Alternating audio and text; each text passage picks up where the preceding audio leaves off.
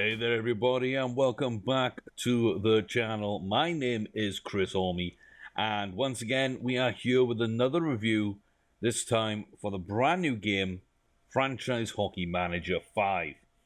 Now if you're not new to the channel, of course you know I've reviewed previous games.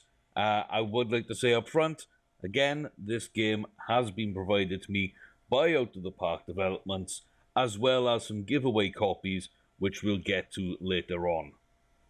But I want to be upfront about that straight away. Despite that, I have bought copies of this game and Out of the Park Baseball, and I am also very excited with the new NFL game they're going to be coming out with in collaboration with Front Office Football. So I'm hopefully going to get a review up of that when that releases as well. I'm a big fan of the sports management genre, and for many years I played Football Manager in great detail, thousands and thousands of hours every year. But that being said, I don't know a whole lot about hockey tactics, especially when you get right down into the details.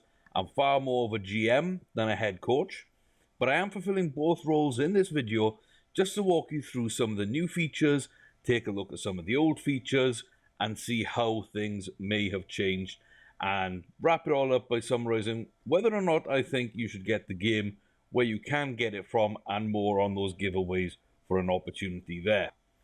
All that being said, let's dive into it. So, I am an Avalanche fan. Colorado, Denver, all their teams, from the Avalanche to the Broncos, to the Nuggets, to the Rapids, and the Rockies, I'm on board. It all started with the Avalanche.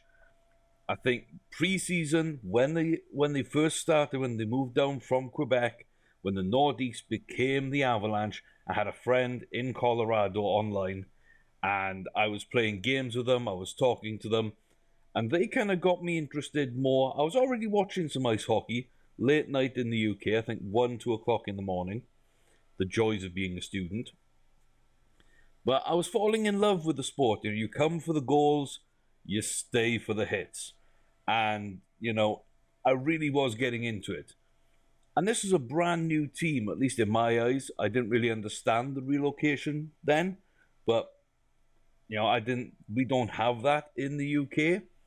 So it's a bit more sort of an American thing. I'm not sure where else around the world they might do it, but it's definitely a North American deal as far as I'm concerned, and only really affects North American sports. So I just thought it was more like a brand new team and perfect team for me to join. I've got a friend in the area.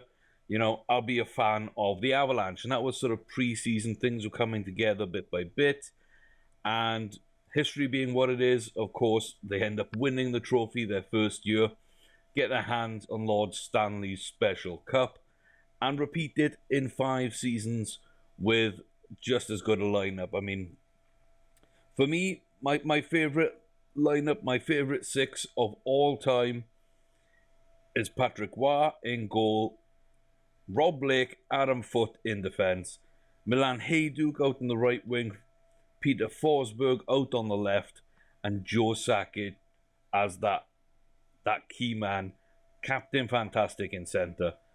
I think that is a mind-blowingly good setup, and yeah, I'm still kind of in love with it all these years later, if I'm honest. So, I've gone the Avalanche. I'm very interested to see how they rate a couple of our players.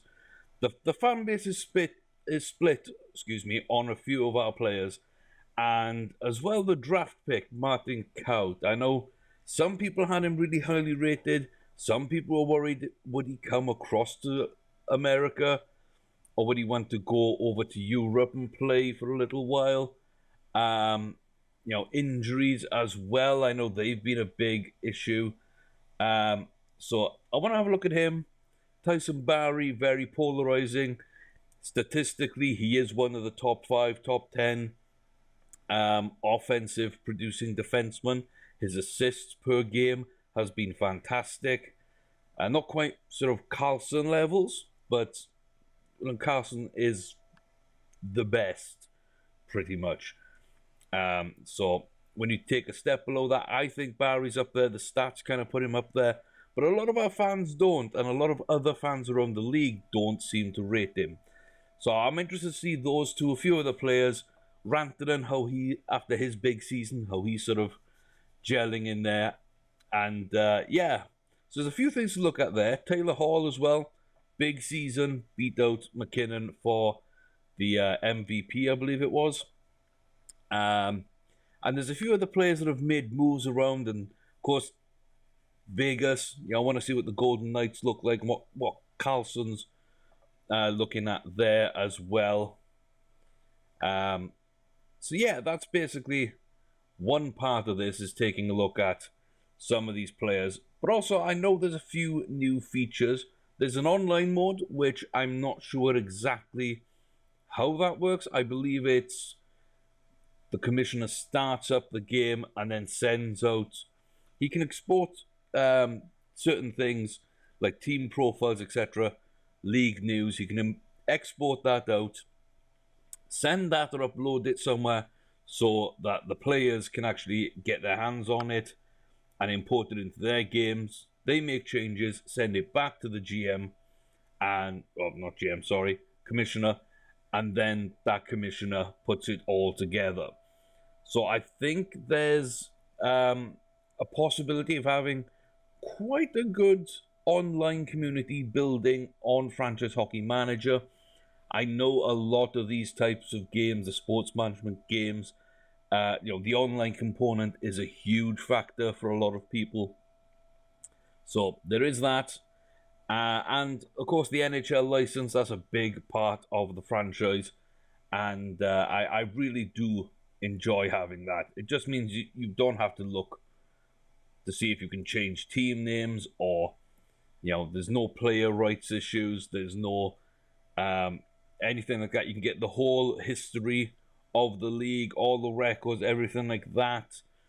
The licensing just makes things a lot easier, and of course, real uniforms, real logos, it looks good out of the box. And this is out of the box. I've had a quick play around, a couple of hours just diving in and out, testing out a few things. I was recording that for my review.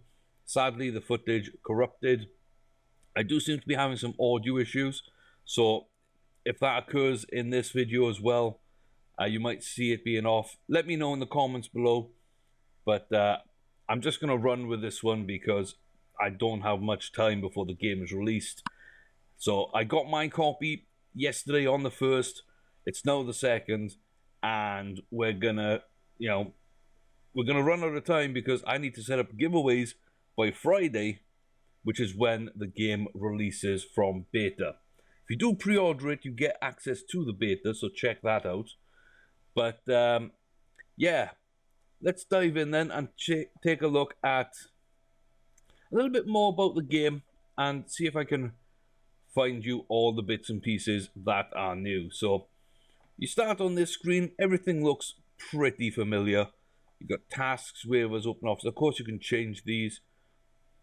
You can put what you want in here, so that's always good as well. I do have some open offers just because I was messing around with a few things, just to see kind of where we were on the trading aspect, as well as a few other things. But this is all fairly similar. The layout, where things are, you're not going to be too confused if you've played a previous iteration of this game. But it does look cleaner. The skin is a little nicer. It's not too bright. It's a light skin, and I do prefer the dark skins for these kind of games. But I don't find this one to be offensive. I think it's really nice. I do like the blue and white, the kind of ice colors. I like those in the background. They're just kind of nice and muted and allow you to focus in the other areas which are brighter. They stand out more. And the menus, really good contrast up there with the team colors. So I'm happy overall with the general look and feel of the game. I think a few people had issues in the past with that. I think we're starting to move into where, that's no longer an issue. Face gen, of course, That's still in the game. You can mess up with your settings there. I think I've got it on default to begin with. But you can zoom in more to get less of the body and more of the face. I think that's how I'd play generally. But yeah, overall, a good look. Nice aesthetic to the game. I like the new menus and everything. There's a few things I haven't been able to find as easily. But everything is kind of there, I think, that was previously. You've just got to look a little bit. It's organized a little bit differently in terms of the menus. So there is that. But on the manager screen, you can see you can go into manager news. And then you just get your basic sort of welcome. This is your team, this is our expectations, etc. And then you can look at the draft. So, start of a game, start of the year, you'll get this draft evaluation, the top 31 for the 31 teams. And you can see there's some names here, like I recognize very much, Mikhail Bitsadze, Spencer Knight as well, a good young goaltender. I mean, yeah, that should always be a priority pickup in these games, because young goaltenders, like elite goaltenders, they do not come out very often. So grab them when you can. Centers are usually a priority, and they are the generational talents. But goaltenders, in my opinion, are much rarer. So you got to look at players like that. Then even play like Northern Foot, great chance to draft the son of Adam Foot, former coach and of course player, won the Stanley Cup with Colorado. So someone like that coming around in the draft would interest me. Good player, position of need. I think we do need a few wingers. Need some secondary scoring if we can get it. And he might just fit that bill as well. So if we're late in the draft, looking at this, Suzuki might be a nice chance to grab a good center. But Northern Foot, Spencer Knight, they might be also really good options. And this is fairly realistic. They're rated fairly similar to the prospects in real life. You can see if you're mid-round, you can look at someone like Kokkonen and Altonen, Parent. They are really good options. Turcotte, I've seen going really highly. I'm not fully convinced he's a top 5 player, but top 10 I'm okay with, and a lot of people do think he might be top 5. Kirby Dak, that's a little bit high for what I've seen some people rating him kind of recently. Byron, probably the best defender, and from an Avalanche point of view, we have a lot of right-sided young defenders. A left-sider might actually be a nice one if we're early, because we do have Ottawa's pick from the Matt Duchene trade, and that's looking fairly likely to be sort of top 5, because they have a terrible team and have traded away Eric Carlson. So, Capacacco, big fan of his. Again, more depth scoring, playmaking on that second line for the future. That might be another option going up there. And if you get the number 1 overall pick, I mean, Jack Hughes is the one to go for. Again, is one of those sort of generational talents you hear about every year or two that you really can't pass up on. So, been quite a few of them recently, but Jack Hughes is definitely one of those. So, it's nice to see them there, and of course, you've still got the ability rating and the potential rating. You can see who's the most developed now, who's got the most room to grow, and also that E, that's just their scouting level. So we're going to jump in, take a look at Jack Hughes here, and we can see that the E basically means how well you've scouted them. So it's E, D, C, B, A. So that's just, as you progress, you get a better grade on the scouting. So we haven't scouted him, of course, not yet. We will be setting up that when I actually play the game and see that through. But overall, he's a really good player. You can see that, his high potential, consensus ability, the central scouting ability, I think there's a few new little bits in here, like son of and father of, so you can kind of check down the generations if you're not sure. That name's familiar. Is he the son of such and such? That could be a nice way for long-term games as well. If, like I said, with Adam Foote and his son now coming through, I know Cal Foote's been drafted, and Nolan Foote's coming up now this year to be drafted. So to be able to bring in those sons and those uncles and nephews and cousins, etc., would be a really good idea. At the moment, it's just listed son and father, but line chemistry, you can see his brother, Jack's brother, Quinn Hughes. Of course, Quinn got drafted last year, but again, a really solid defensive prospect. So you can see how much information you've just got on this one screen. So I do kind of like that. Can I go back to Jack Hughes? Not now. I'm going to have to go back through the link. But yeah, so it tells you a little bit about the contract, the personal details, and then you can see all the bits here, which just at a glance, you can tell a little bit about them. And then if you want more detail, we jump into the rating screen, and you can see here again, positional rank ratings. If they're good in certain positions, you might want to switch them to get a bit more sort of chemistry on the line or different bits and pieces here and there. And then the role ratings. This is new. So split into sections.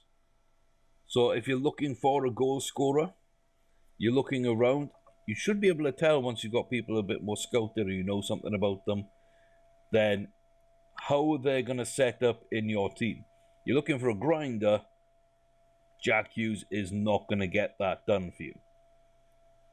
But if you're looking for someone to play in Gretzky's office, or a speedy forward to hit someone on the counter-attack, then Jack Hughes does excel. And if you hover over all of these, as I'm going to do very quickly, if you do want to see anyone in particular, just pause and you will be able to see them. But you can see on the right-hand side, those attributes are lighting up in red. The names of them are at least, and that will tell you which each of these roles finds important. So each of these stats is linked to these roles, and that'll give you an idea how to better evaluate your team, maybe a training advantage. But yeah, just sort of squad composition, line composition.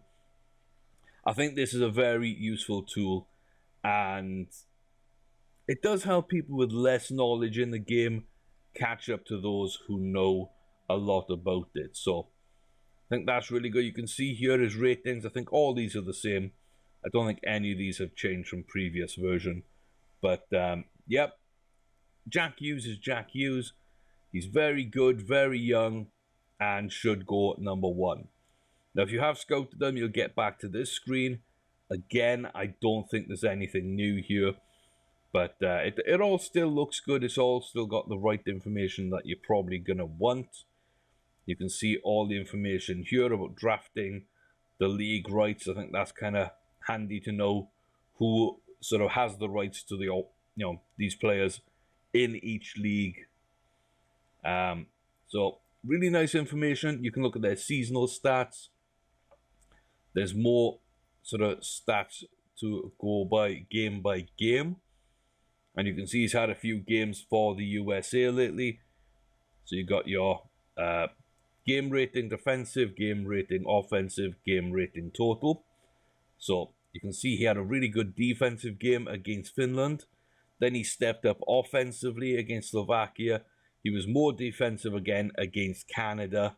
And then he went on the offense against Finland. But you can see defensively, he's not really a liability. And offense is a bit more hit and miss sometimes. But, overall, you can tell he's playing at a really high level. That last game, not so much, but the 3 before them, including against 2 really good teams in Canada and Finland. I don't know much about Slovakia. But overall, I think that is a pretty good way of just judging how they're playing, what form they're in, and what you can kind of expect out of them as well. Then you can look at the career status and, you know, see what they've done. There's a lot of different options in there. And then the history, just everything that's pretty important will be in there. I would like trades. I don't think trades are in this screen. I have checked on other players. I would like that in the history as well. I understand it's a lot of work, but I think it would add a lot. And I think if you're in commissioner mode, you should be able to get into the edit screen. And look, I'm not going to do that now. I don't want to spoil anything for anyone. I do believe there are some new hidden attributes for, I think it just plays into the whole player personality and the kind of chemistry building aspects. I believe they're called handle success, handle failure, and handle critics. So if a player has high handle failure, when things are going against them, when they're not playing well, when the team's losing, it sort of ranges from how bad to how good they are at being able to cope with that. Maybe how easily they're able to bust out of a slump, how much they're able to shake it off and not let it worry them. So that's kind of something that you might want in a team, is high handling of failure, especially if you expect to lose a fair few games. If you're a bottom feeder trying to get your hands on Jack Hughes, for example, you're drafting number one, you obviously haven't got a great team, so you might be expecting to lose a fair few games. High handle failure is a good way to make sure that that doesn't sort of that doesn't fulfill itself a little bit too much. You're not stuck in that loop of endlessly failing, so feeling bad, so playing bad, so failing to win, so failing. You don't want to get in that loop. The handle success one I find to be very interesting. And for a young player, if they have a lot of success, how well are they going to handle that? Is it going to go to their head? Are they going to crumble under the pressure and spotlight? I think a lot of that plays in with that stat. So another very interesting twist on the whole mechanic of players and their personalities. I really like seeing that brought in to the game. And then handling critics, how well are they going to respond to maybe the manager being a bit harsher to them, or maybe, the press or the outside hockey world, the fandom, sort of all that sort of negativity that comes with being a high profile sports star. The moment anything goes wrong, you will be forced to deal with it pretty much. And so that is going to be a big part as well. That's in that stat, the handle critics. So it's just exciting to me to see these new mechanics. And I think it speaks volumes to the focus on quality of life as well. So they're really trying to make these changes to make the game world breathe a bit more and live and feel more realistic. So you're not just signing player A, player B, player C. You're signing Jack Hughes. Whether he's really good with failure or success, whether he can handle critics or not, you're going to find out over time. But he's a player that you kind of know little bits about, but you're going to discover more as time goes on. So if you do draft someone number one overall, maybe it doesn't work out, maybe it does. I mean, going back to the Avalanche, I can only really talk about what I know. But Matt Duchene, he was great for us. Absolutely fantastic. Through a very dark period, he was almost the only shining light. And then he didn't seem to want to be here. He didn't want to play for us. And he didn't really see the long-term future. He couldn't handle the criticism. So maybe, handling critics isn't great there for Matt Duchene. He couldn't stand losing and having that pressure of being the guy, having to rebuild a team. At least that's how it came off to me. I don't know how you all saw that whole situation, but, he was in a losing team. He didn't like it. He didn't like being criticized, and he forced the trade out. So maybe those stats will play into that situation, and that element of real life hockey gets brought into franchise hockey manager. And as I say, it's a really nice quality of life because it doesn't really affect too much in the game. It's not a huge thing, but the impact it can have to some people's games and most people's games can be a really, really good thing. So, like I say, that's a big part of why I'm enjoying this version and how it looks at first glance. Because this whole rating thing, just player evaluation, just making it easier to see what you're missing, what you might need. And there's a little bit in the tactics, which we'll go into in a minute. And, that'll also speak to the same sort of things of figuring out what you've got, what you're missing, and kind of how you need to go about building or rebuilding the roster. So there's a few extra bits, I think, which make it a lot easier to see in this version than in FHM4. And for that, I am deeply thankful. They are fantastic features. So quality of life and also ease of information. I think those are the two big things that I get from these changes they've made in the series. So we've seen a bit about the players there, as I say. Manager options, all the same, I think. I am in commissioner mode. I haven't checked out the edit menus. But I was unsure whether or not to show you all of that or not. I kind of decided against it at the last moment. But yeah, that's basically a manager section. So that's one section of the game that, it's just your little hub of where your starting points are. And then you go into the league and you go into the team and you figure out the rest of it. So jumping into the team is something I haven't paid too much attention to. But you can see here, the lineup, I think everything again is exactly as it was before, I believe. I don't think there's any new sort of things in these lists that wasn't there before. And I think we had all these options as well in this sub menu. But it still looks really nice, really clean, easy to spot information. It was never an issue for me in the previous games, so I don't think it is going to be any issue going forward to stay with this format. Looking at goaltenders, Grabauer's not far behind Varlamov, so I'd probably make a change. He's 30 years old. He's got 1 year left at nearly $6 million. I'm trading Varley at that point. Giving the reins to Grabauer and seeing if I can draft a 4.5, 5-star potential goaltender.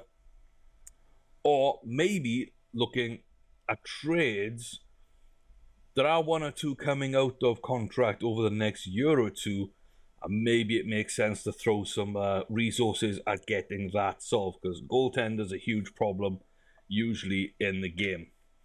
So there's a few ways you can play that, but just on the default screen here for the roster screen, you should be able to tell enough about your players. But then when you go into your players, you get all that extra information. One thing to note, of course, goaltenders, they don't have any of those roles. So it's the same old, I think, for them. Again, there's no new stats that I could find in any players, apart from the hidden ones. So don't expect it to look too different. I have to think a different way. But yeah, for me, I think it's all nicely laid out. It's all clean. It's all clear. And I can get a good view. And then you can dive into the individual players and make your mind up a little bit more. But looking at that, we're okay. Defensively, I mean, Zadorov, Johnson, Barry, there's not much else apart from that. I think in real life, Gerard is more of a 2.5 to 3-star defender. All reports he's actually going to be on the top line with Eric Johnson. And Zadorov with Barry is going to be our second line pairing. So, maybe a little low there on the ability for Sam Gerrard. He is a fantastic young defender who really played phenomenally well after joining us through that Matt Duchene triangle trade with Nashville and Ottawa. So I'm very, very happy to see how well he played and what he might be able to do for us moving forward. But looking here, Tyson Barrie, 2.5, 2.5. I mean, Zadorov's rated higher potential than, but I mean, that's just, it's tough to take. I mean, if I look in here, let's see, where's his first NHL? So 10 games without anything. That's his debut there. Broken in quite safely. Then the next season, he's got 1 assist in 3 games basically. And then we come down here, and it's getting more towards 1 every 2 games. Not quite there. Then we're over 1 assist every 2 games, which is pretty decent from a defender. We're slightly below that average again the next season, but again, we're falling more into that 1 every 2 than 1 every 3. Again, we're below it that season, but we got to admit that that was a pretty bad season for the entire franchise, so maybe that's not indicative of what Barrie can do. And then last season, he's 2 assists every 3 games. He's almost a point-a-game player, despite suffering 1 or 2 big injuries. So I don't know why they've rated him so high, but I did take a quick look over here. And while this doesn't look very good, there's only 16s, I think. For a big-time player, you're looking more 18 to 20 range. He's only got 16s as a quarterback and a point shooter. I mean, he's got excellent stats. Shooting accuracy, I would say, is a little bit low. He's a very accurate kind of shooter. He does put that puck on net quite a lot. Might not score a ton, but he does get the shots on net. So maybe I'd change that up a little bit. A couple extra points, maybe an 11 or 12 in there. And that would probably bump these ratings up, bump his offense up a little bit to the standards that I think he does fulfill in real life.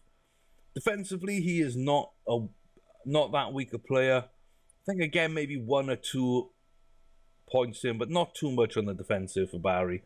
It's not his strong point whatsoever. But he's very physical, very offensive player. You can see here he does have good stats in good places, and I'm not going to complain too much because he would still work as a second line defenseman. But yeah, I mean, I'd be tempted to trade him. I would be tempted to trade him. And in real life, I really wouldn't be, because I don't think, unless you're getting Erik Karlsson or that caliber of offensive defenseman, then there's no point. So I think he's a little bit low in his ratings. Like I say, he is very polarizing. I'm not sure how much the rest of the league will pay attention to a player like Barrie, but he is certainly better than a 2.5-star player. And that's why we pay him the money we do. There's not much difference with what Johnson does defensively for us to what Barrie does offensive.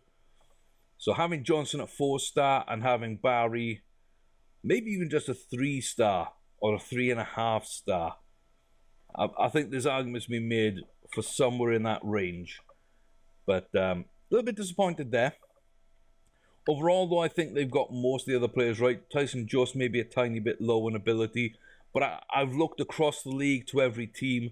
Quite a lot of the sort of 21 and under high potential players do seem to have a little bit less ability than I would expect. So, whereas Barrie seems to be more of an oversight, in my opinion, it does seem to be more that, the rookies and the youngsters, they haven't proven too much yet. A lot of them haven't broken out yet, so they're keeping the abilities low until they do so.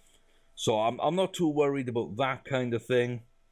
But yeah, we've got a lot of young talent that could develop into big things on this team. But you can see it's very spotty. If I didn't mean to click on that. If we look just ability-wise, McKinnon's the best player. And then you've got Landeskog and Eric Johnson up there. Varlamov, who I don't think it hurts to trade away because Grabau's just below him. And then Rantanen, I'm really happy to see 4.5 stars. But I just don't know why. I keep clicking history. I expect it to be in history because other games have it there, but it's career stats. Like 3-star for that kind of player, that 2.5 to 3-star, I'd expect those kind of stats maybe. But 84 points in 81 games last year. And we have a bad team. We had a really bad team. Like, I don't get it. We barely made the playoffs. Despite having Nathan McKinnon almost winning the Players' Player of the Year and the League MVP awards. I think he finished second in both of them. Like, despite how bad the team was, he managed to do that. And as good as he was, we only barely made the playoffs. And that was mainly due to Mikko Rantanen, who posts more than almost a 30-goal season and more than a point per game. And we're sat here looking at 3-star ability. Now, again, I did say the young players, they are rated a little bit low, but there's a few instances of that, and it's not just on the Avalanche, but it's certainly not on every team. There are players on every single team, young players, that I think they're right to hold back the ability. But in about a third of the team, there are some that have played really well either last year or for the last 2 years, who I don't think have gotten the right kind of increases. And that to me is very puzzling, because a point per game player shouldn't be, playing at that level. He's not much better than Soderberg, who posted 37 points as a 2.5-star player. Or Wilson, who posted 18 points as a 2.5-star forward. JT Compher, what did you have? 23 points in 69 games. I mean, they're 1 every 3. They're a point every 3 games. Combined, they did what Rantanen did, and yet they're all just a tiny bit behind them. I find it confusing. Potential, I'm on board. 4.5 stars, great. And that's something they do seem to have right. I disagree maybe across the entire league with potentials for 10, 12 players. And that's really not bad.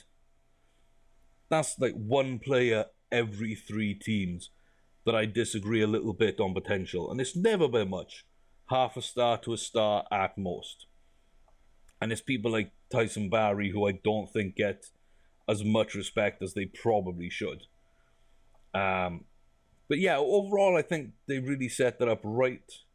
It seems to be a bit more balanced than before, and there's less of those variations. So I think they're slowly starting to get more and more on top of the database and making the right changes, which I don't think they had completely correct in previous versions. But again, it's just a small step forward.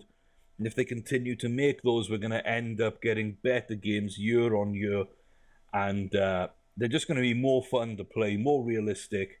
And I think either fun or realism or a mixture, that's what we're all really looking for. So I just wanted to point out that I've got a few issues with it. You're probably going to jump into the games and sort of see 1 or 2 you disagree with as well. But if you do look league-wide, I don't think it's as big of a problem. But I think most of these screens, again, are all the same. One I will really disagree with player-wise is Martin Kaut. I mean, he's drafted 16th overall. He was a top 10 player without the injury worries. You don't have him as an injury-prone player, and yet you rank him at 2.5 stars. 2.5 stars. That's barely an NHL regular. 16th overall in the draft. I just don't get it. That one to me is more puzzling than Tyson Barrie. But I just don't get it. And there's real thought that Kaut could make the roster for the Avalanche this season. Like, he could be playing third or fourth line for us this season instead of someone like Colin Wilson.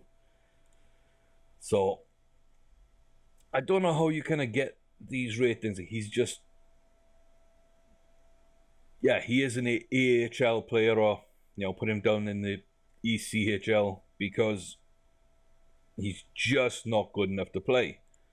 But that's a big departure, and it's a first round player in the draft that they just don't seem to have evaluated the way that he was talked about at the draft. So I don't know. I really don't know on that one. I'm not sure what their thinking is on a couple of players, and that's kind of where my disconnect comes from. So personally, I would just go in and edit these players, put them to kind of where I think they will be, and then just go. It does spoil it a little bit, however, because then you do know a little bit more about them than you should, or that you know about other players. So it's difficult to kind of get a grip on what you want to do and how you want to do it. I don't think there's a good way of doing it unless someone else does it for you. But yeah, most of it's the same, and most of it, like I say, are beneficial changes. So onto the tactical side of things, you build your lines in the right way. I think I just moved these guys down because I had an issue on the tactics screen just to see a few bits, which we will get onto that. You can see here's your roster. You build it the normal way. For some reason, it's building it as screeners. I don't know why that is. I mean, that might just be something in the beta. But if you are playing as head coach, be aware the roles are there. And they're not the best. I mean, Landeskog, certainly. Kafut, I did set up myself as a speedy forward. Maybe it's just because I'm a head coach and it doesn't kind of set up all the roles. You have to do that yourself. But I find it kind of puzzling. So, yeah, see, you'd put him as an old school defenseman, for example, much, much better. But onto the power play, penalty kill, even strength, and then the goalie sort of rotation and starting mechanic, you can set up quite a lot here. So you've got quite a lot of control over that aspect if you want to use it. And maybe for a team like the Avalanche or like Pittsburgh that has two goalies that you might want to play in certain situations, then you can go to that. And I know Pittsburgh's got like a really good starter and a very promising youngster. So they're not as close as Varlamov and Grabauer is. I mean, Jarry's still very, very young, but should grow into a great goaltender. So maybe you want to give him some extra games there that he might not get because of his rating, and you can kind of tweak that here. So there are those options, and like I say, everything else is fairly standard.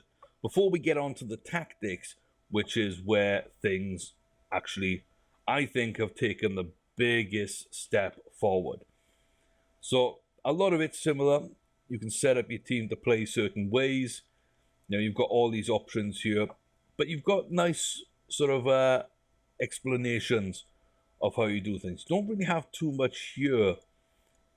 Like, it doesn't tell you what forwards high really means. So if you don't know, or if you're not able to go and find that out online, then I think that's where this system falls down a little bit. There's no tooltips, there's no sort of explanation. I think this text would have been better just to hover over breakout, and then it comes up and tells you what a breakup is. And when you select this here, it would change this text to tell you what forwards high is what a long boards is, etc., etc. But there are a lot of options here. So if you kind of know what you're doing, again, it allows you that bit more control, a bit more hands-on tactically, getting the team playing the way you want them to play. Or maybe with the new sort of look at player roles and how a player can play and the new chemistry system, all that kind of thing tying in, maybe it's designing tactics which suit the players you have. So it's up to you really, but there is quite a lot of customization here, and this is just team-wide. So these are team instructions. Then we jump over to the unit page, and this is what I really love. They're telling me about my first line. We're great offensively. Absolutely great offensively. We're not bad defensively. We do carry a lot of speed on this line. That's great. Skill, we got it covered. Toughness, this isn't the line. This is not the line for tough play. Now, do we want to change things in? I mean, we've got speed, we've got skill, we've got offense. So what do we want to do? I mean, maybe, do we want to drive out wide and use some of that speed? Do we want to stay in the lanes, maybe? Like, how do you want to do that? What do we want to do here? Do you want to stretch the zone, maybe? Like, how do we want to break out? Forechecking. Coverage in the neutral zone, defensive zone. And then my low toughness, I can say that, hey, we're not tough, but we are good on defense, so I just want pressure. I don't need us to be too aggressive or anything. Back checking, I mean, we're kind of balanced, so we leave that one alone. But hitting, I mean, we're not tough. We just got good defense. So I'd rather have pressure than hitting. Tempo, we've got speed in this team, so we're going to use that one as well. So you can see the use box, you tick it, you change it, and it'll apply that to modify these settings, which also modifies your overall settings. So you're going a level deeper. Now, it can be off-putting for players who don't know a lot about it, and I'm one of those that don't know a lot. But I do feel last year it was a step too far for me, and it was a step into the unknown. I felt kind of really out of the depth. There wasn't enough feedback to tell me what I needed to do or how I should do things. Here, even just this line here, this little breakdown of what we're good at and what we're not, that makes it so much easier for me to start looking at the rest of this screen. And it is for the line. I can change it. The second line, you can see, no, this is just a speedy counter-attacking line. Don't rely on them for defense. Again, we're low on toughness. We move down to the third line, and that's just balanced. That's balanced. It's a nice defensive, tough line. I'm happy enough with that. The fourth line won't show because it doesn't have defenders, so it'll go minimum. But when I dragged those down, I believe it was more of an offensive line, like 3-2, 3-1, 2 or something like that. Well, it wasn't a great line, but you kind of can get an idea of how each line is playing and then figure out what the weakness of the team is. Now, for the Avalanche, it's toughness. We don't have those big, burly sort of grinders, enforcers. We don't have a lot of that. We have young players. Like Soderbergh is a veteran, but he doesn't have that side of him. Wilson does a little bit, but Kafut really doesn't. He's a young, skilled, speed player. Comfer's there, Nieto's there. Calvert might offer a little bit, which, with Nieto will help out this line. But like Jost, Bork, Andrighetto, it's not going to be there. So it does really key you in on your weak points and your strong points once more. So I'm really happy to see that there. And of course, as I say, you can set up all these for each individual lines, even strength, etc., etc. And just get each unit playing the way you want them to play. And if that's not enough for you, well, okay. Sam Gerard. what is Sam good at? Let's see. He's mobile, two-way, well, he's two-way offensive. He can do any of those. So I'll have a quick look at Sam Gerard and see exactly why they say that. Does he have any real weaknesses in this? He's got a couple of 13s there. He's got a 13 there, so maybe two-way defenseman is really good for him. I mean, all these are going to be shooting accuracy, so maybe he's not best used as an offensive defenseman. Even though he's really good at that, maybe it's just a two-way defenseman covers his weaknesses a lot more. So, easy to see that, and therefore he can be in effect at both ends of the ice. I like that, but again, he is very balanced, and he does have a lot of offensive capabilities. So you're looking at it, and you're thinking kind of how you want to do. I mean, if you just want him to be an offensive force, despite being a two-way defenseman, there you go. He passes and shoots a lot more than a two-way defenseman might. Maybe attacks more. Maybe you don't like someone's hitting. Like, you can modify your global tactics for the entire team. Then you can modify it to suit each line and who you've got playing together there. Or just set up ways to play situational hockey so you know your third line's your checking line. Like, you can do those modifications. And then you can cover a player's weaknesses or accentuate their strengths here at the player level. And that's just... it's kind of mind-blowing how deep it goes when we didn't have a lot of it last year or the year before. It wasn't laid out as well. And yeah, this could be a big factor for a lot of people in terms of how they want to play and getting the game to operate the way they want them to operate. So I think this could be a huge factor, maybe a little bit too much detail for me, but it's going to be a lot easier to learn and get into than last year's. So I'm going to give it more of a chance. When you look at the depth charts, again, same as last year, I believe. All your information here. Your current players in green, contracted in blue. Red players are the ones that you've got protected, you haven't yet signed. They might be playing down in junior hockey somewhere. The blue guys will be playing at AHL or ECHL level, and your NHL players are here. If they're not contracted, they'll be a slightly different green. So there is that there to help you spot just on this screen as well. So you can tell a little bit about them. And even if you know nothing about the Avalanche, you can see that some of the prospects at centre and one of the right wingers could be worth looking at over the next year or two, seeing how they develop, because the players you've got at the NHL level are rated lower on this depth chart.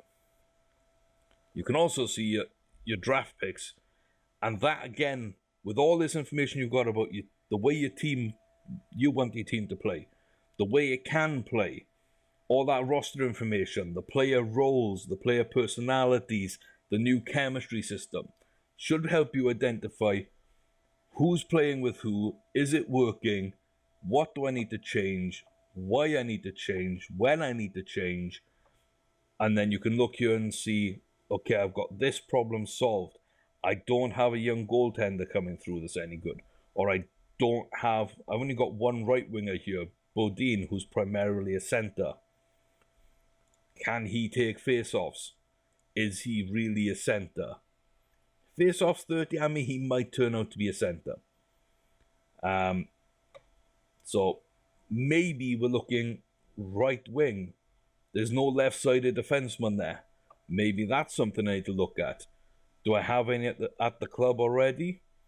Zadorov and Gerard, kind of better than the right-sided in terms of age and longevity, which is Barry and Johnson. But then when they move out, you've got McCarr, Maloch, and Timmins coming through, so that's solved. I know you know going into free agency in the draft what you need to do, and this is your ammunition to do it. So this screen is somewhere I spend a lot of time because I feel it offers a ton of information to complement what you've seen on the player screen and on the tactical screen. I think those all work together, and really you should be able to piece together a roster, a team, and a line that gets what you want done. It's not going to be easy to do that, but hey, that is the goal. And you've got to win the cup at the end of the day, otherwise it's a bad season. But yeah, schedule, everything the same. History, everything the same. And one thing I do like to look at if I don't know the team, you take a look at the rankings and everything else, and you also look at when they were making the playoffs. So since they were Colorado, like, they won the cup the first season, they stayed in the playoffs, they won a second cup, they stayed in the playoffs, all the way through. One season out, but then made it back in. And then you're starting to develop gaps, in, out for 3, in, out for 3, in this season. I think that kind of gives you an idea of what the team is historically, what they are currently, and kind of influences how much of a move you're willing to make as well as to win now rather than build for the future. So, draft picks, team history, and kind of looking at your roster should get you in a good position from that point of view, as well as the team owner and what he wants to tell you. But there's a ton of information in here about, your team, your information, everything like that. So, some of this, like this empty stuff, this will all be filled in as the game progresses. Other stuff will be filled in already, taking what is in the game. You can see here as well, team data, a little bit about it. Again, another look at your draft picks. I prefer looking at it in the depth charts, but it's also quite nicely laid out here. You can see kind of your ammunition before you go in. And team chemistry here, again, you can see for some reason I've got a good relationship with Grabar. Maybe just talking about trading Varlamov's got him happy there. The player classes, that was in the last game, I believe. But again, it's another one to look at. And I am learning because Matt Calvert, I wouldn't have realized was a leader. But okay, I just thought of him as an ordinary roster player, nothing too special. It's kind of what he looks like here. But yeah, he's a leader. He's not as good as Colin Wilson. He gets hurt a lot. I mean, maybe that leadership quality doesn't actually save him there. But still, it's a nice way of looking at things. But you can see the key people on the team and the spark plug. I like that. That's nice. So that's Grabar. So, yeah, rolling with him might be a good choice. It was kind of my initial thought, but now I can see I'm building on a good relationship. He's also a spark plug. He can get things going. He can fire up the team. We do have leadership on there. Calvert and Comfort on the second, third lines. Maybe third, fourth lines for those two. And then McKinnon, Landeskog, of course, with Rantanen, who point per game last season. Eric Johnson on the back end. Tyson Barrie, a little bit unfairly treated, but, important roles there to kind of gauge your team a little bit more. And then you got chemistry. You can kind of see a lot about people. And of course the complaints, that's there as well. Transaction log, you can see who you've got coming up as a free agent, whether it's unrestricted or not. Rantanen, big man there. But then Kamenev and Green, two young players with potential. So I kind of get them done as well. Those would be my 3 priorities there. And then you've got roster players like Zadorov and Comfort, which would be important too. So, yeah, you can see here as well, if you did fail to spot it on the roster screen, it is here again. You can see who's coming up. And then, yeah, Nemeth down, I'm not worried about. 2-star players, dime a dozen. Wilson, I mean, he's 28, he's 4 million. I could probably get a younger player or a cheaper player, similar, so maybe he might fall by the wayside or get demoted down the lines a little bit. And then 3-star and above, especially the young players, which all of them are, apart from Varlamov, who, as discussed, might be going out anyway.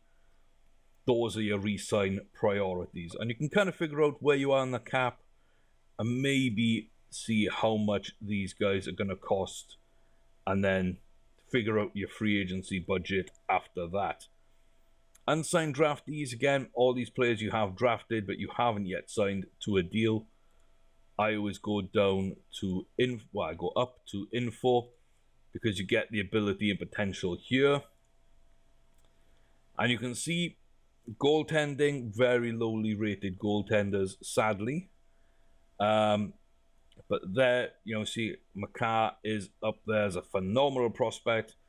Do need to get him on a deal at some point. Klurman's not bad either. You can see there, 2.5 stars. So that's also a decent player. We got some left wingers in the system.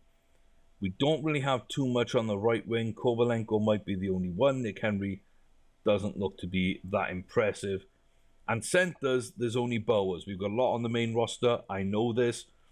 But still, it might look to influence your draft profile a little bit when you're sort of evaluating what you've got coming up. But these aren't all your players. These are just the ones you haven't yet signed. So between this and the roster, I mean, if you look at contracts, it's got everybody, even if they're not playing at the NHL level. And you can then see players like Malok, who's down at Colorado Eagles currently. You know, Connor Timmins, Kamenev, they're down at the Eagles as well. Bodine is there. AJ Gree is down there. And Igor Shiryov is also there. So that shows you then, you know, Kamenev, Bodine, Shiryov, there's your centers that I was talking about. You've got left wingers up, you know, down there, and a couple of right defensemen. So that added to this view just means I can see exactly what I've got. And again, it's left wing, center, right defenseman. So right wing, goalie, left defenseman, those might be more my focus. Transaction log, there aren't any, but then free agency, you can see the best players, and Nylander and Ritchie are available. They're both going to be... Sadly, they're both going to cost you draft picks. So it's going to be a first and a third to sign them because they are restricted free agents. You can filter those out. So you can say only unrestricted, please. And then you can see what you've got available. I see best players now. So Rick Nash, I mean, if I do need a winger, he is there. Voinov in defense. Karletinen as a decent backup goalie. So is Mason there. I mean, one of those two could be a really good option if I did get rid of Varlamov. So there is that.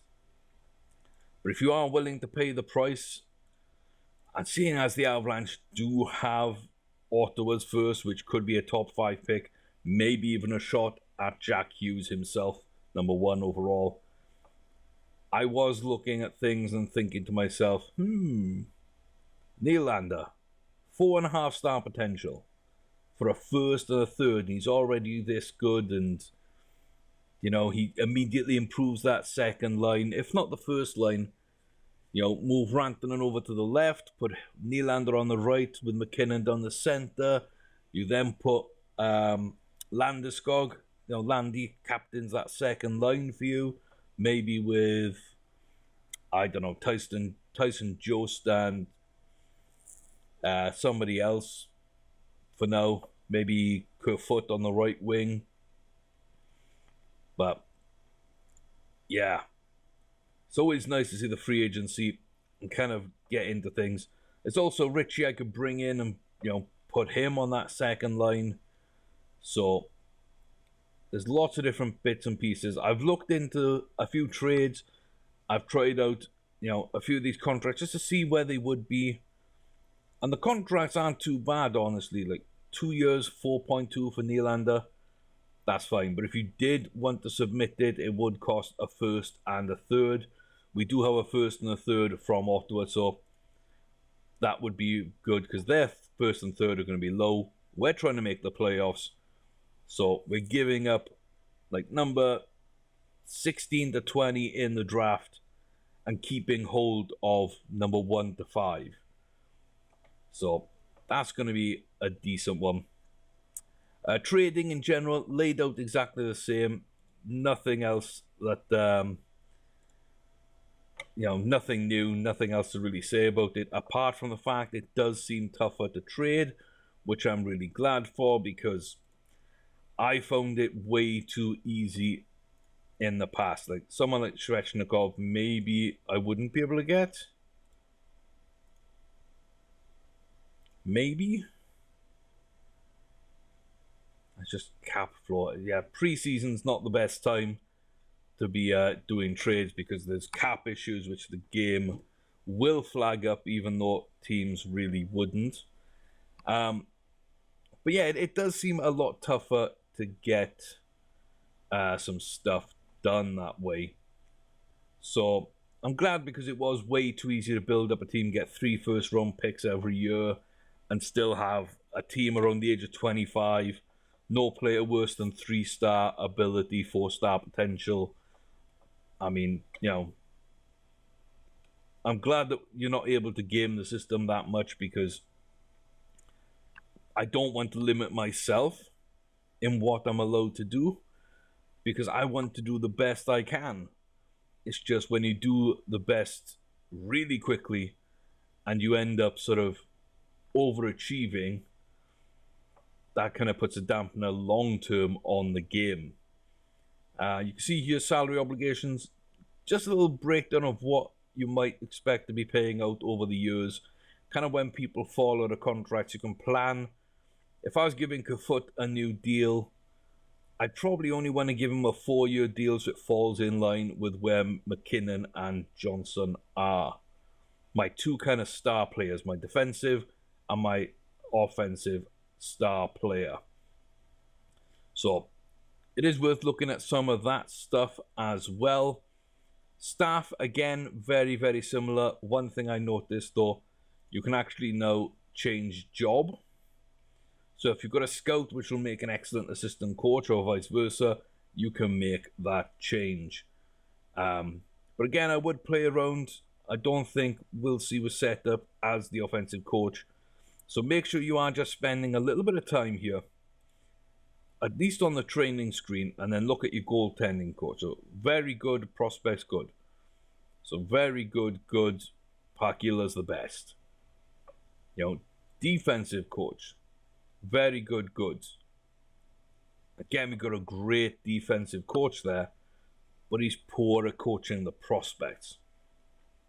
So I wouldn't make that change. And then his offensive, defensive skills, he might be a good one to put in despite that coaching prospects because it's great defensive skills. He is a defensive coach. But I have a young team, so maybe not. I would be looking as well at free agency for this. But you can go through each one, figure out who you want in charge where. And free agency for the staff, again, very similar. You just look down, and if I was looking at an assistant coach, and I was looking for that defensive coach, actually, I want defensive coaches who are very good, very good, very good, above average. That's not bad. So, coaching defensive, prospects, and then defensive skills. So, yeah, Chris Pronger, not a surprise why he might be a big defensive coach. And then Adam Foote, I see up there as well. Very good, very good, above average. He's also got physical training. I'd probably look to bring him back. He was on the team until recently. Doesn't actually have it in there. That's sad. But yeah, so you can kind of see a little bit of how to build your team on and off the ice. Things do seem to be set up quite well. I do quite like that. But again, if you go into the NHL menu, front office, again, this is another key area to look at with free agency. Nothing really new here, but again, just gives you a better view over kind of what's happening in the league. And this is where I can see Thatcher Demko is out of contract. So long term, maybe if he hits free agency, you throw the boatload of money at him. Just make sure you get him. Who else was it? Yeah, Montembeault, again, young goaltender, 5-star potential. You need to try and make a run at those kind of players. You got Nedeljkovic as well. He's there. Bobrovsky, if you want someone a bit older, sort of more starter, no, he's there. Pekka Rinne, maybe getting on a bit, but again, top goaltender. So, if I was going to make a change at goaltender, I do have those options. People like Austin Matthews, well, 90% of these players should be signed. But every couple of years, there's one or two that don't get signed. People like Mitch Marner might not get signed. They might make it a free agency. So either come back and check here or just right-click on them, add them to the shortlist. And then when you're looking at your team, you can just see here, the last one on the roster screen is a shortlist. Anyone you've added will be there. You can filter them, you can sort them, etc.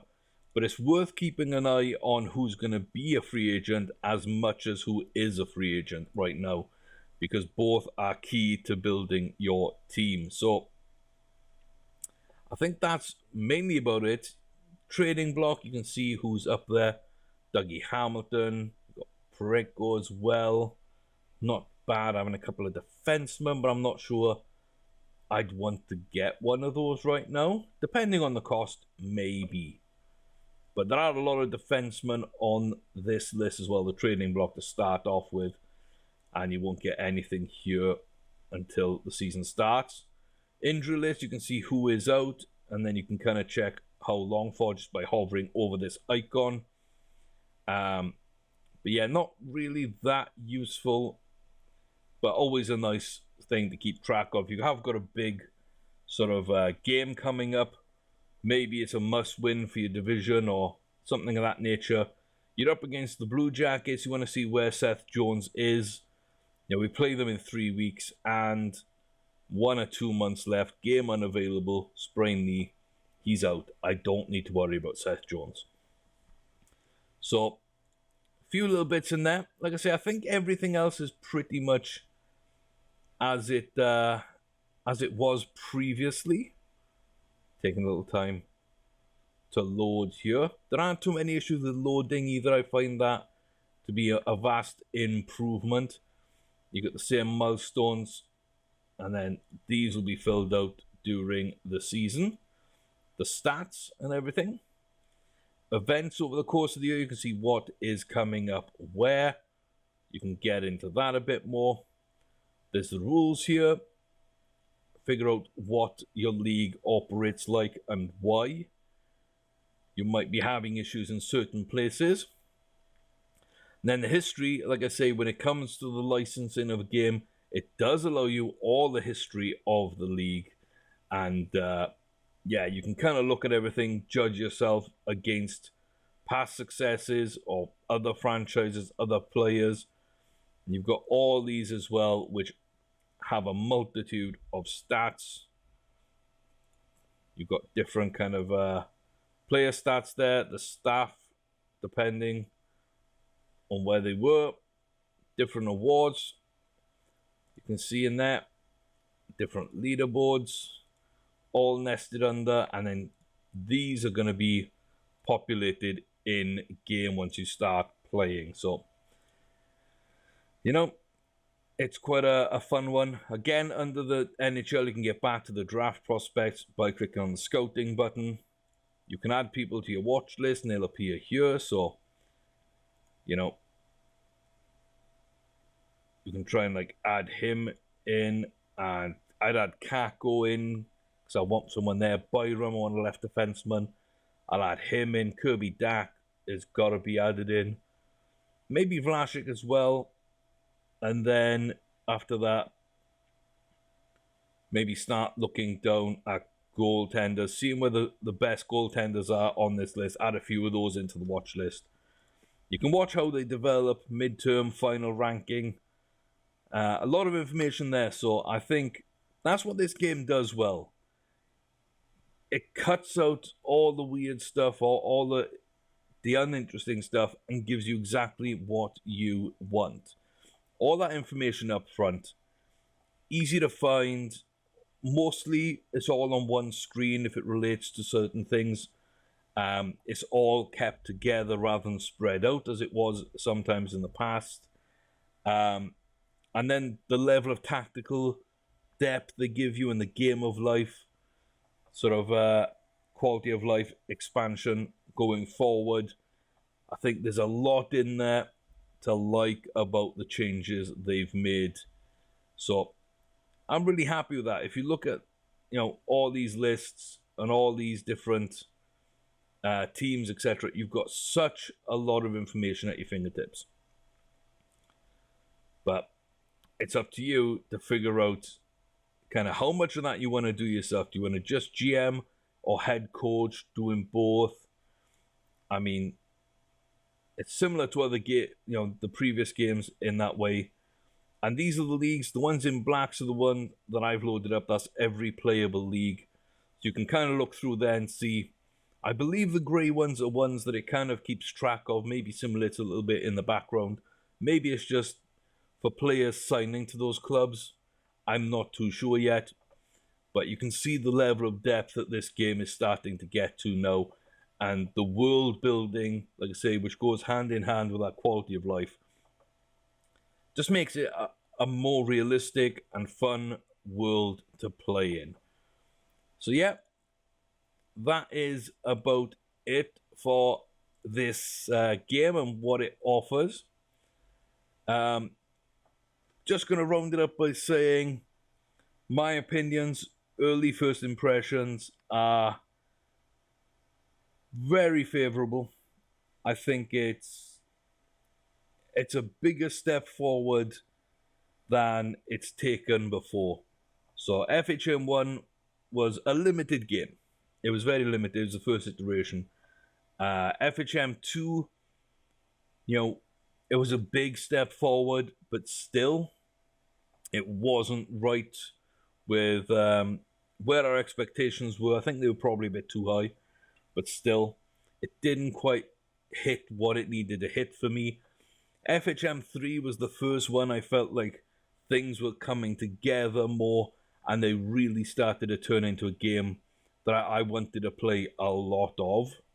FHM 4 tidied everything up, put everything together slightly better, ran a bit better. I mean, it was another good step forward in the series, and this is the biggest step forward with, like I say, that quality of life, the player personalities, the new chemistry issues you've got to figure out. You've got the whole tactical aspect, more depth, more content than ever before. They've tightened up trading. They've done bits here and there. They've packaged it all looking a lot nicer. I think that's improving, with each iteration. Overall, I'm very excited to see what I can do in this game. I will be having a series up on this channel. I've got to try and find some time to do that because work has been crazy lately. And a few health issues sadly compounding that situation. But I will be playing through with the Avalanche, so if you are interested, make sure you do subscribe. If you want to enter the giveaway as well, subscribe, because you need to be subscribed to the channel to enter that here. But I think it's pre-order available for $35.99. You can go to the park own website. You can order it there, I believe, or you can order it through Steam. The pre-order price is 10% off, and that lasts until the game goes live, which will be on the 5th of October, this coming Friday, which is also where my giveaways end, and I will be sending out 4 keys to lucky people, thanks to Out of the Park Development for providing those. So if you want to enter the competition, in the description below, there'll be a link to the Gleam giveaway. There's also going to be a link on Twitter.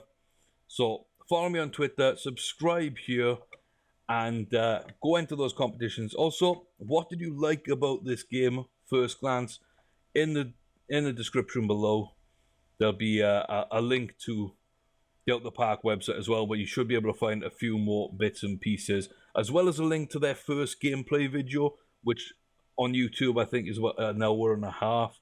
So you'll be able to get a little bit more of an idea of what the game's like before you go out and buy it. But in the comment section, let me know what's your favorite team. What would you like to see out of a series on this channel?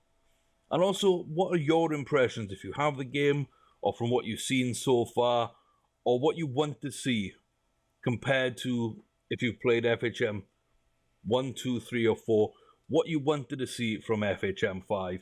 Is it in? Do you hope it's going to be in for FHM 6? You know, let me know, and yeah, good luck with the giveaway. Go check the game out, and I'll see you around here soon. Until then, guys, thanks very much for stopping by. I've been Chris Ormy with FHM 5. I'll see you back here very soon.